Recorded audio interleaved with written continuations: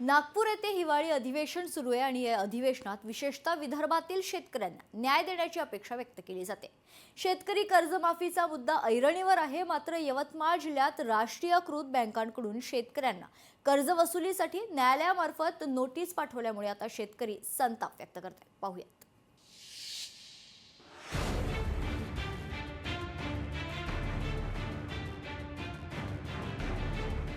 शेतकरी कर्जमाफीचा मुद्दा ऐरणीवर। राष्ट्रीयकृत बँकांकडून शेतकऱ्यांना कर्ज वसुलीसाठी नोटीस। कर्ज वसुलीसाठी न्यायालयामार्फत नोटीस। नापिकी, अतिवृष्टी आणि अवकाळीनं शेतकरी हवालदिल। सरकारनं कर्जमाफी जाहीर करण्याची मागणी। यवतमाळ जिल्ह्यात मागील 25 वर्षात 6513 शेतकऱ्यांनी आत्महत्या केल्यात।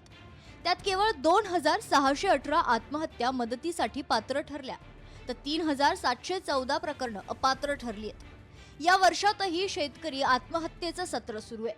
जानेवारी ते डिसेंबर पर्यंत 340 शेतकऱ्यांनी मृत्यूला कवटाळलंय।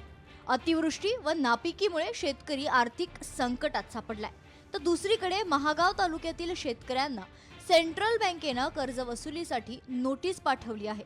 याकडे कृषी मंत्री लक्ष देणार का, असा प्रश्न उपस्थित केला जातोय।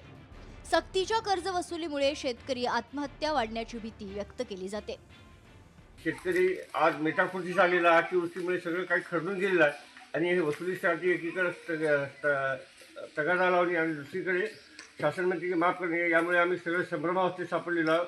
तरी शासनाला विनंती करतो की याबाबत आपली भूमिका स्पष्ट आणि क्लिअर करावी आणि बँकेला तसे आदेश द्यावे की आपण कुठल्याही प्रकारचे अशी दमदाटी करू नये। शेतकऱ्यांच्या सातबाऱ्यावर वाढलेला कर्जाचा बोजा हे शासन धोरणाचे पाप आहे। शेतमालाला हमीभाव मिळत नाही, नापिकीमुळे कर्जाचा डोंगर वाढतोय। बँकांनी कर्जाची वसुली करू नये असे आदेश असताना शेतकऱ्यांना नोटीस पाठवली जाते।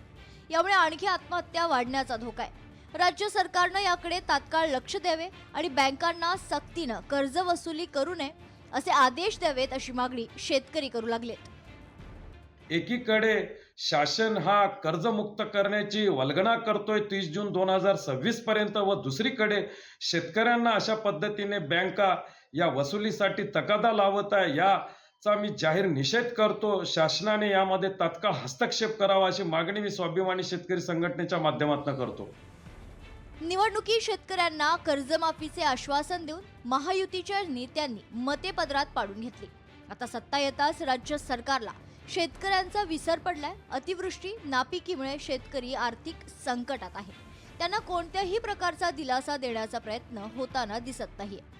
उलट बँका कर्ज वसुलीसाठी नोटीस पाठवून जखमेवर मीठ चोळत असल्याचा आरोप होतोय।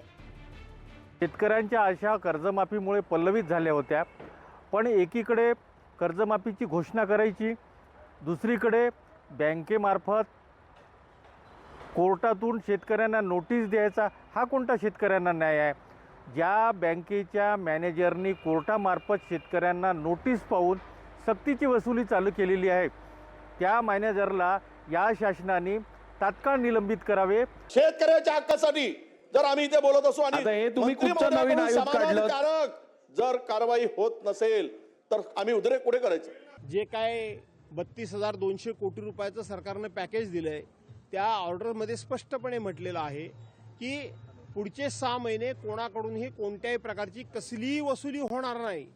आणि जर अशी यवतमाळ जिल्ह्यामध्ये बँकेकडून नोटीस देऊन जर वसुली केली जात असेल तर सरकार बोलतंय एक आणि करतंय एक, शेतकऱ्यांच्या जीवाशी सरकार खेळतंय, हेच त्यातला अर्थ आहे। यवतमाळ जिल्ह्यात 4,19,000 शेतकऱ्यांना पीक कर्ज वितरित करण्यात आलं होतं।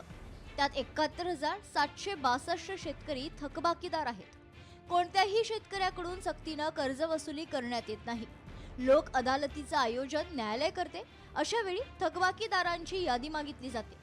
तडजोड करण्यासाठी प्रकरणं लोक अदालतमध्ये ठेवण्यात येतात। यात कोणत्याही प्रकारची सक्ती केली जात नाही।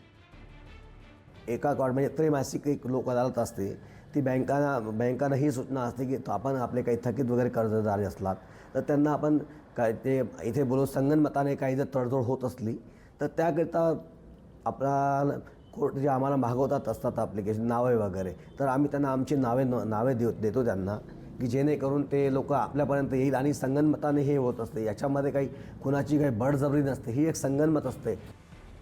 आधीच अडचणीत असलेल्या शेतकऱ्यांवर निसर्गानं अवकृपा केली आहे. काही शेतकऱ्यांना सावकाराचा जाच आहे. आता मायबाप सरकारनं दिलेल्या आश्वासनानुसार कर्जमाफी द्यावी अशी मागणी शेतकरी करतायत. संजय राठोड, लोकशाही मराठी, यवतमाळ. लोकशाही मराठी ऐका, पहा, जागरूक रहा.